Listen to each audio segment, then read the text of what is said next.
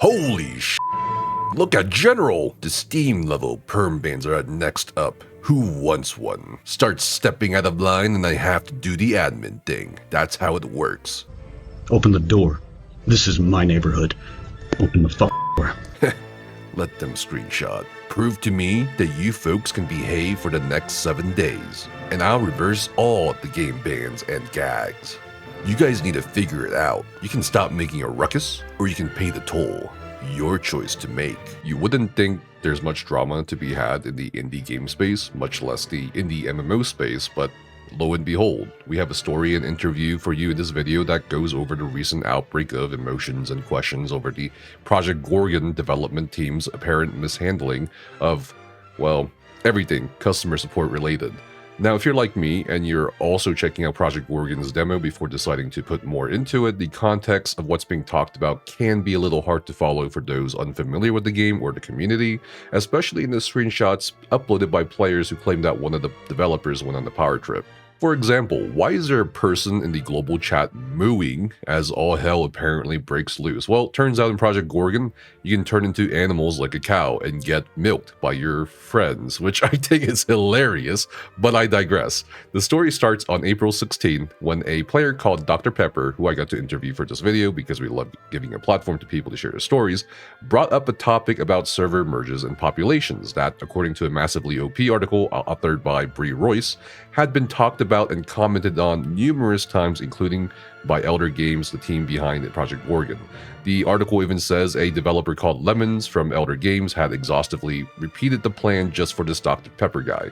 First, I have a slight issue with the article's framing here because, yeah, I think anyone who's ever worked a customer service job, whether it's being a 911 dispatcher to being a restaurant waiter, has definitely had many different people ask them the same questions ad nauseum. Doesn't mean you should flip the fuck out like the Hulk, but answering stupid questions or repeating shit to different people kind of comes with the job as long as that professional boundary isn't crossed by either party. Second, I also understand the need to clap back given my personal interactions with game developers in the industry when I have even encouraged my friends to just say things in the open like regular people do. As humans, I think we all have that desire to do or see that.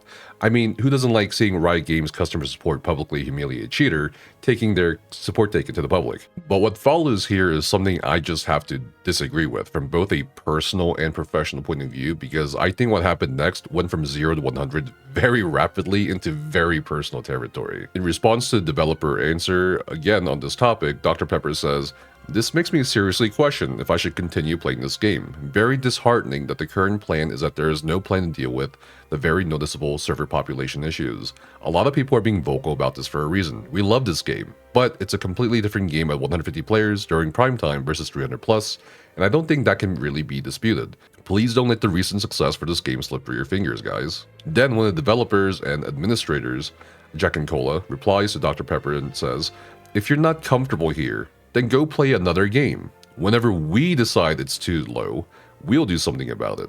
We've said this countless times already. No, our stance has not changed. No, our stance will not change. If you can't handle or accept that, I hear Ashes of Creation is a great game to play." Your Honor, I'm just 6'7"ing, Your Honor. I think telling a customer that obviously cares about your product to play Ashes of Creation, which we've also been in coverage on, funnily enough, $1,000 to hire a private chef, $48,000 for historical antiques, $220,000 for DoorDash, $8,700. $220,000 for DoorDash. That's diabolical. If you don't like our product, go play a game that doesn't even exist. That's such a crazy thing to say to someone who's a MMO customer. It's like if you went to Papa John's when every other pizza store is closed, told them you don't like their pizza, and Papa John himself is staring you down with his arms crossed. Then he starts smirking and says, "Well, why don't you go to Pizza Hut or Domino's then?" "Oh wait, you fucking can't, you loser." Now, on the MMORPG subreddit, DoctorPepper posted a thread called Project Gorgon, Buyer Beware, saying the following: "Over the past month or so, the game has been suffering from a severe loss of players on all servers except for the oldest one. For reference, Mirrorverse server, the one I play on, has gone from 500 plus players online at all times, down to 150 players online during NA prime time. During the morning and night hours, it's closer to 100 players online. Given the time I've invested in this game, I wanted to express concern on the community Discord. A developer made a post earlier today indicating that server merges were not on the table and that didn't sit right with me. After expressing my concern, one of the developers responded essentially saying to quit and go play Ash as a creation, a game I've never mentioned or wanted to play, also never officially released. Moments later, I was banned from the community Discord server. Unfortunately for Project Gorgon and Elder Games, things were just getting started when DoctorPepper's guildmates stepped in. What did they do? Did they raid the Discord server and start spamming slurs? Did they log into the game with intent to break all the rules in the world?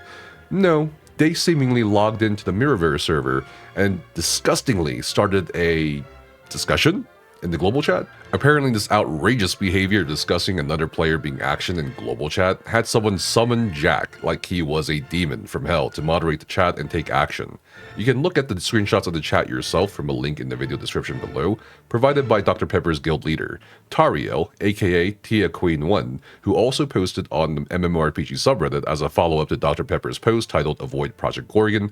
Why was there a follow-up? Well, because Tariel got banned by Jack for talking in the game. Tariel writes, I was the guild leader of the largest guild on the server of Mirrorverse. The person who made the previous thread was a member of my guild. In global chat on the game, another guildie started discussing the controversy in global with people, which got him kicked from the game and banned. As such, I put Jack, you suck in global, and I immediately got banned for 6 months. The admin went on power trip and banned or muted a lot of the server for 30 days. DoctorPepper also corroborated to me for the video. Tia, aka Tariel, is the leader of the guild I was in. It was one of the largest guilds on the server. Due to my Reddit post, some of our guildmates were being vocal about their disagreement with how the whole thing was handled. This resulted in some of them getting banned in Discord or in game. Jack showed up in global chat on the Mirrorverse server to goad people and ultimately banned the guild leader for saying something along the lines of Jack, you suck, after he banned another guildmate. This is what led to Tia making an additional Reddit post on the topic as Jack continued to harass, ban, and gag people in-game via global chat for a while. Following Tia's post, they continued to aggressively ban and time people out on the Discord times, ranging from 6 hours to 6 months. Often, people who were simply discussing the drama rather than addressing the developers directly, although at this point there were obviously some very upset people making negative comments towards Jack. The things that Jack says are, admittedly, bizarre and can certainly be construed as someone who is power tripping, or best case scenario, someone just not caring about customer service. Yes, Jack is absolutely right that sometimes admins or moderators or whoever may just have to be stringent and do their jobs, but offering a plea deal to an entire guild saying, prove to me that you folks can behave for the next 7 days and I reverse all the game bans and gags, dangling that deal in the server-wide chat saying, last chance, deal or no, is certainly not in the job description of customer support. It's funny that one of DoctorPepper's guildies seemed like a hostage, inquiring if this would be their last night together and what the guild's Discord server link is so they don't lose contact with their friends. Also, I'm not sure if these screenshots captured all of the context or all of the messages, so I'm always going to give a benefit of the doubt until all parties answer my request for an interview. But why is someone who's part of the developer team just not giving a specific reason as to what part of the code of conduct was violated, even when they're asked repeatedly? So I looked at Project Gorgon's code of conduct myself, which by the way is not long at all, so I'm still unsure why nothing was apparently offered by Jack or if global chat drowned them out, but the closest violations I could see are very broad things that could have applied to a guild talking about someone's ban in the game. First is community harm, behavior detrimental to the community as determined by Elder Games staff. This seems a bit too broad, honestly, and very vague and super open-ended, even compared to other live service guidelines I've seen from my experience. A second potential violation could have been publicly arguing moderation decisions, but from my understanding, it doesn't seem like anyone was arguing that until Jack came into the picture, merely discussing it. Maybe DoctorPepper got banned for creating a repetitive post by bringing up server merges again in Discord. The third possible violation could have been defamation of players or staff, which again is extremely vague. What the heck is considered defamation? I would love to know. Personally, I think the code of conduct, which was last updated in February 2026, should probably undergo another review. I mean, even that shit show Elder Scrolls Online has a much more specific code of conduct than this. In the global chat, we also have people pleading with Jack to take a step back or go to sleep, but of course he doesn't, and everything sort of cools off, it seems, for the most part, with Jack actually discussing some interesting things from a game development perspective, which I don't think anyone would have minded in normal circumstances. Most game bases would kill for a developer to talk openly about the behind the curtain stuff. One of the last things Jack says before a game-wide patch goes into effect is that he's going to sleep on reversing the bans he put out, which again, very strange to say that publicly in a customer-facing position. Imagine you go to an insurance company after your house burns down, and the claim specialist goes, "Oh yeah, I mean, we could maybe cover your loss. I don't know, we'll see. Let me sleep on it real quick." Not long after all of this goes down and the internet's brief myopic attention starts casting its eye of Sauron on Project Gorgon, a very late and much to be desired message comes out from Citan, one of the co-founders of Elder Games and Project Gorgon in the official Discord server. Citan says, "I understand Jack's messaging was unprofessional during a heated moment. We'll work on that. That's all there is to say on this topic right now." Shortly after that, we get a longer announcement from Citan. "We get that you want a professionally maintained community, and this was an obvious lapse in professionalism. I apologize for that. We can and will do better. I want to thank Jack for his many years of hard work as community lead, and I want to apologize to him also. In the old MMO industry, it was a truism that you have to rotate your customer service leads every few years because a job just grates at your soul. It requires you to be polite in the face of dickishness over and over. Jack was in the role for 8 years, and that's too long.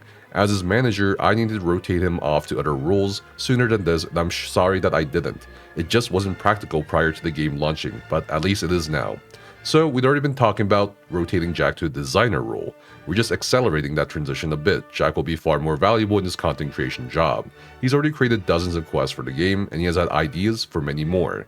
In fact, I think he has the second highest quest count after me, so I think it's great for the game that he's going to be focusing on content creation more. He is also still in charge of live events, and creating some new automated events is high on his priority list. I personally thought Citan's apologies seemed okay for the most part. I do like that he tried to take accountability as a leader for Jack's soul being worn down in a customer support position for an indie studio. If we had to make a tier list of apologies, I'd probably put it in A or B tier, because I feel like the apology could have addressed the players more, and an actual apology could have come from Jack himself rather than just his boss. But this isn't my story, so I'm going to let DoctorPepper, who was banned by Jack, say their piece about what they think the official response amounts to.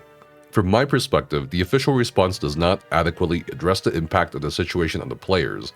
The message focuses primarily on thanking and apologizing to Jack, despite his actions being the source of the recent issues, and his transition into a design-focused role leads more as a promotion than a disciplinary action. There's almost no apology to the players who were affected over the last couple days. Additionally, the bans and timeouts for the official Discord server seem to remain in place. I'm still banned there, and I've seen reports on Reddit that messages are still being heavily moderated or deleted on there. This makes me feel like concerns are still being suppressed rather than addressed. Finally, the response also frames this as a single isolated incident. However, similar issues have been documented by players as far back as 2020. A ton of evidence for this can be found on the various Reddit posts and Steam reviews. There is no historical acknowledgement at all, and that makes it difficult for me to believe that the response is genuine. Many people have cancelled their VIP subscriptions, posted negative reviews on Steam, and decided to give away all of their in-game belongings and quit for good regardless of the outcome now. I feel that a more comprehensive public apology is needed that recognizes the long-term nature of these concerns, takes responsibility for allowing them to continue, and outlines clear steps to ensure that this type of behavior does not ever happen again. If Jack is going to remain in a design role, it would also be appropriate for him to issue a direct public apology alongside the lead developer. I only started the game around the 1.0 launch, so I don't have any personal experiences to share on the long-term reviews. However, if you look at older reviews on Steam, you can see complaints about it there, and several people on Reddit have come forward with additional complaints or took the current situation as an opportunity to re-express their past complaints, which were swept under the rug. They have even done things like threaten people with Steam backbans, not because they're cheating, but because they were scared people would perform chargebacks on their non-Steam purchases. They process additional purchases outside of Steam for in-game items, plus multi-month VIP subscriptions that they call packs. There is a guy called who DM'd me about that. He had some screenshots from the Project Gorgon support and doesn't seem to be the only person who experienced that threat. I've already reported that to Steam support myself. Once DoctorPepper claimed that Jack's behavior or really Elder Games issues with heavy-handed moderation and customer service issues were systemic rather than a one-time thing, I actually went down the rabbit hole of Steam reviews before the events of April 2026 to see if that claim was true. And based on some of the Steam reviews I have found, DoctorPepper's and other Project Gorgon players' claims do hold some weight. For example, from a Steam review back in February, we have a player complaining that some of the moderators, notably Grayfin, have serious Reddit mod energy. Some of the moderators enjoy power tripping extremely hard, muting or banning people for quoting NPCs, has jumped into our server's global chat multiple times to just start power tripping, and warning people for things nobody was actually doing, just throwing weight around. And from a Steam review back from 2018 and updated in 2023, a user claims that the moderators, admins, and devs are all in an extreme clique. They don't give two shits about you unless you're in that inner circle. One of the admins to the game's whole personality is just banning people. It's all they ever talk about. Every staff member apart from the main devs were ex-players, yet act they are superior to you in every way, and they literally think they can do no wrong and back each other up. Another user back in March 2026 says, Project Gorgon has a moderation problem and is becoming more obvious over time. On the late server, the guide and moderator, Dusk, appears to be deciding on their own what they feel is a rule break and what is not.